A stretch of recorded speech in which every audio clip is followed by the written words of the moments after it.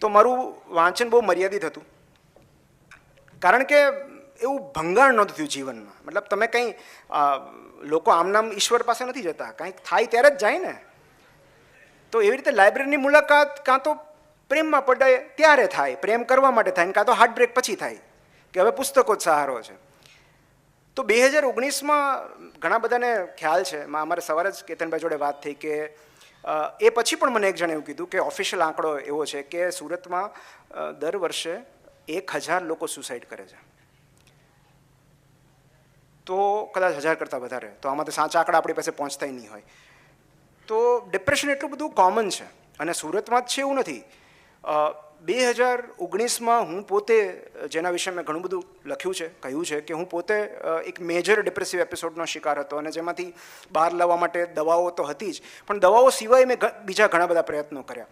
અને એમાં 5 પુસ્તકો મને એવા જડ્યા સમયાંતરે જેમણે મારું જીવન બદલી નાખ્યું. એટલે પુસ્તકો ખરેખર જીવન બદલી શકે છે એવું જો મારે નામ લઈને કહેવું હોય તો હું આ 5 કે 6 પુસ્તકો કહીશ. એમાં સૌથી પહેલું પુસ્તક છે જે તમારે દરેકે વાંચવું જોઈએ, એ છે મેન્સ સર્ચ ફોર મિનિંગ, જે વિક્ટર ફ્રેન્કલ સાયકોથેરાપિસ્ટ હતા, સાયકોલોજિસ્ટ હતા. એમણે વિશ્વયુદ્ધ 2 દરમિયાન યહૂદીની વાત થઈ, તેઓ યહૂદી હતા.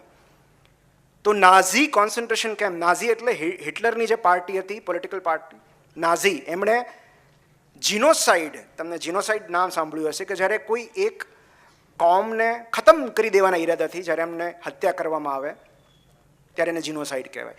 તો નાઝી કોન્સન્ટ્રેશન કેમ્પમાં બધા યહૂદીઓને પકડીને નાખી દેવામાં આવ્યા અને એમાંથી જેઓ ભાગ્યશાળી હતા, આ વાક્ય ધ્યાનથી સાંભળજો, જેઓ ભાગ્યશાળી હતા એમને ગેસ ચેમ્બરમાં મારી નાખવામાં આવ્યા.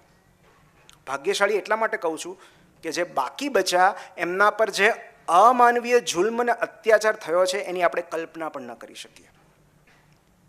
અને એમાંના એક હતા વિક્ટર ફ્રેન્કલ પોતે, જેઓ ડૉક્ટર હતા, પણ because he was a Jew એમને કોન્સન્ટ્રેશન કેમ્પમાં નાખી દેવામાં આવ્યા. અને કોન્સન્ટ્રેશન કેમ્પમાં એમને થયેલા અનુભવો વિશે એમણે આ પુસ્તક લખ્યું છે, મેન્સ સર્ચ ફોર મિનિંગ. અને આ પુસ્તકમાં શું છે? બસ એટલી જ વાત છે કે જીવવા માટે કોઈ એક નિમિત્ત જોઈએ છે, કોઈ એક કારણ જોઈએ છે.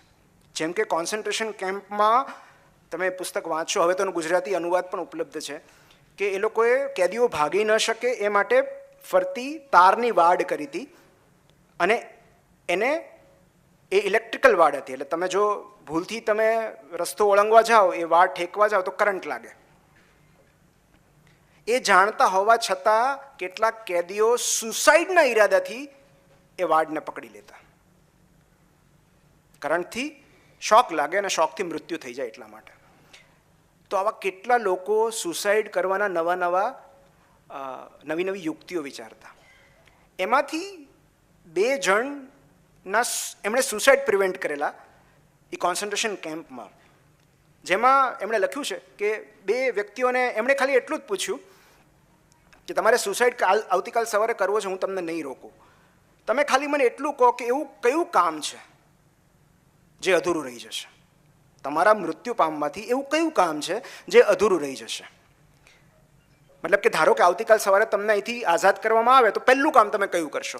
તો પહેલી વ્યક્તિ એવો જવાબ આપ્યો કે મારો દીકરો વિદેશમાં મારી રાહ જુએ છે, અહીંથી હું મુક્ત થાવ, આઝાદ થાવ તો સૌથી પહેલાં મારે એને મળવું છે, કારણ કે એ કામ મારા સિવાય બીજું કોઈ નહીં કરી શકે. એટલે જો હું સ્યુસાઇડ કરીશ તો એ કામ અધૂરું રહી જશે. તો એમનો મિનિંગ હતો, ઉદ્દેશ્ય હતો, પર્પઝ હતો પ્રિયજનને મળવું. બીજાનો પર્પઝ પ્રિયજન નહોતું, કામ હતું. બીજો જે વ્યક્તિ હતો એ સાયન્ટિસ્ટ હતો. એણે એવું કહ્યું કે મેં ઘણી બધી થિયરીઝ લખી છે, એક અપ્રકાશિત પુસ્તક છે જે મારે પ્રકાશિત કરવું છે. જો અહીંથી મને આઝાદ કરવામાં આવે તો સૌથી પહેલાં હું એક પુસ્તક પ્રકાશિત કરીશ, કારણ કે એ મારા સિવાય કોઈ નહીં કરી શકે, મારું એ કામ અધૂરું રહી જશે. બસ આટલું જ. આ 2 જણને આ માત્ર એક પ્રશ્નના આધારે વિક્ટર ફ્રેન્કલે એમનો મિનિંગ યાદ કરાવ્યો, એમને સુસાઇડ કરતા અટકાવ્યા. અને વિક્ટર ફ્રેન્કલ 3 વર્ષ સુધી કોન્સન્ટ્રેશન કેમ્પમાં આ યાતના સહન કરી શક્યા, કારણ કે એમનો મિનિંગ હતો, એમનો લાઈફનો પર્પઝ હતો એમના આ કોન્સન્ટ્રેશન કેમ્પ દરમિયાન થયેલા અનુભવોને પુસ્તક સ્વરૂપે પ્રકાશિત કરવાનું. એ નાની નાની ચબરખીઓમાં લખતા. એકવાર તો પકડાઈ ગયેલા, એ કાગળિયા બાળી દેવામાં આવ્યા હતા. તેમ છતાં એમને બહાર નીકળીને જગતને આ વાત કરવી હતી કે અમે કઈ રીતે સર્વાઈવ કર્યું છે. અને તેઓ જે લોકો સર્વાઈવ થયા એ દરેક પાસે જીવન જીવવાનો એક સ્ટ્રોંગ મોટિવ હતો, એક ઉદ્દેશ્ય હતો. એ પ્રિયજનને મળવાનો પણ હોઈ શકે. આપણે દાદીઓ કહેતા કે ફલાણાના લગ્ન જોઈ લો પછી જાઓ તો વાંધો નહીં. તો એ લાઈફનો પર્પઝ છે. મને પાણી આમ સોરી, મને થોડું વાયરલ ઇન્ફેક્શન છે એટલે સોર થ્રોટ છે. તો એને લોગો થેરાપી કહેવાય.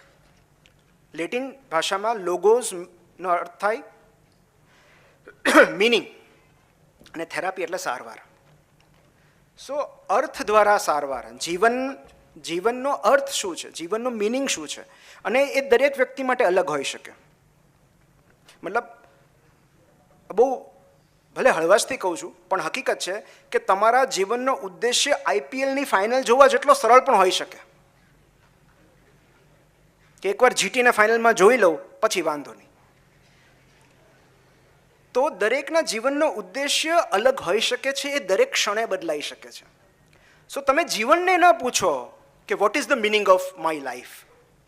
જીવન તમને પૂછે છે કે તમે જીવનમાં કઈ રીતે અર્થ ઉમેરી શકો છો, તમે તમારા જીવનને કઈ રીતે સાર્થક કરી શકો છો. કોઈ પ્રિયજનને પ્રેમ આપીને, પ્રિયજનની કાળજી લઈને. ઘણાનું એકમાત્ર ઉદ્દેશ્ય એમનું સંતાન હોય છે, એમના સંતાનની કાળજી કરવી, એમના સંતાનોના સંતાનની કાળજી કરવી.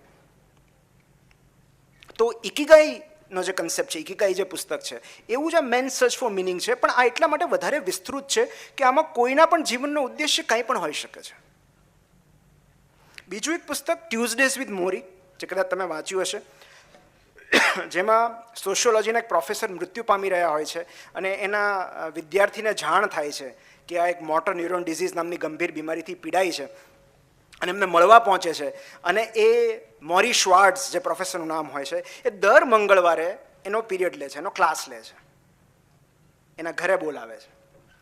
એ ચાલી નથી શકતા, વ્હીલચેરમાં હોય છે, હાથ નથી હલાવી શકતા, ખાલી બોલી શકે છે. અને બોલીને દર મંગળવારે, એવા 14 મંગળવાર એ પેલા વિદ્યાર્થીને બોલાવે છે પોતાની પાસે. અને એમાંથી જીવનમાં શું મહત્વનું છે, ખાલી એટલી શીખ એ એને આપે છે. એના પરથી આ વિદ્યાર્થી મિચ આલ્બોમે આ પુસ્તક લખ્યું છે, ટ્યુઝડેઝ વિથ મોરી. ત્રીજું પુસ્તક છે ધ પાવર ઓફ નાવ, જે મારું અત્યંત પ્રિય પુસ્તક છે. અને જો તમે મને કોઈ એક નિર્જન આઇલેન્ડ પર છોડી દો કોઈ એક પુસ્તક સાથે, કોઈ એક પુસ્તક લઈ જવાની પરમિશન આપો તો આ હું લઈ જઈશ. ધ પાવર ઓફ નાવ, શક્તિ વર્તમાનની, એનું ગુજરાતી અનુવાદ છે. આ પુસ્તક એટલા માટે ખાસ છે કારણ કે કોઈ પણ માનસિક તકલીફમાંથી બહાર આવવા માટેનો એકમાત્ર જવાબ એટલે ધ પાવર ઓફ નાવ. અને આના લેખક જે છે, અત્યારે તો 75-76 વર્ષ ઉંમર હશે એમની, એખાર્ટ ટોલ. તેઓ જ્યારે 29 વર્ષના હતા ત્યારે સિવિયર ડિપ્રેશનથી પીડાઈ રહ્યા હતા, એટ ધ એજ ઓફ 29. અને એક રાતે તેઓ સૂઈ નહોતા શકતા. વહેલી સવારે એમને વિચાર આવ્યો કે મરી જવું છે, નથી જીવવું. અને એક જ વિચાર એમનું જીવન બદલી નાખ્યું. એમણે જે વિચાર આવ્યો એ એમણે પ્રસ્તાવનામાં લખી છે આ વાત, કે એમનો વિચાર એવો હતો કે આઈ cannot live with myself any longer. હું મારી આ જાત સાથે હવે નહીં રહી શકું, એટલે મરી જવું છે.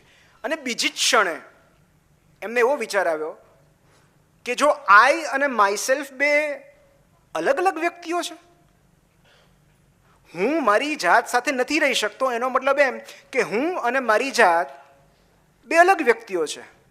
તો એ બેમાંથી બંને તો સાચી ના હોઈ શકે, કોઈ એક જ જાત સાચી છે. અને સડનલી એમને રિયલાઇઝેશન થયું. અને પછી 2 વર્ષ સુધી એમણે લંડનના બાંકડાઓ પર જીવન વિતાવ્યું. મતલબ કશું જ કરવાનું નહીં, ખાલી લંડનના બાંકડાઓ પર એ સૂતા અતિ પ્રસન્નતામાં. અને જે લોકો પસાર થાય એ પૂછતા કે તમે આટલા બધા ખુશ કેમ છો, આનું રહસ્ય અમને કહો. પછી ધીરે ધીરે એમણે 1 to 1 લોકોને કહેવાનું શરૂ કર્યું, પછી ગ્રુપમાં કહેવાનું શરૂ કર્યું, અને ધીરે ધીરે એમને એક ખ્યાલ આવ્યો કે મારે આ વાત જગતને કહેવી જોઈએ. જે આત્મજ્ઞાન મને લાદ્યું છે એ મારે જગત સાથે શેર કરવું જોઈએ. અને પછી એમણે પુસ્તક લખ્યું ધ પાવર ઓફ નાવ, જેની મિલિયન્સ ઓફ કોપીઝ વેચાઈ ગઈ છે, જેણે અસંખ્ય લોકોના જીવનમાં પરિવર્તન લાવ્યા છે. પાવર ઓફ નાવ એટલું જ કહે છે કે આપણા દુઃખનું કારણ મુખ્યત્વે કાં તો ભૂતકાળમાંથી આવે છે અને કાં તો ભવિષ્યમાંથી આવે છે. પણ આ વર્તમાન ક્ષણમાં જો આપણે જીવી શકીએ તો કોઈ પ્રોબ્લેમ જ નથી.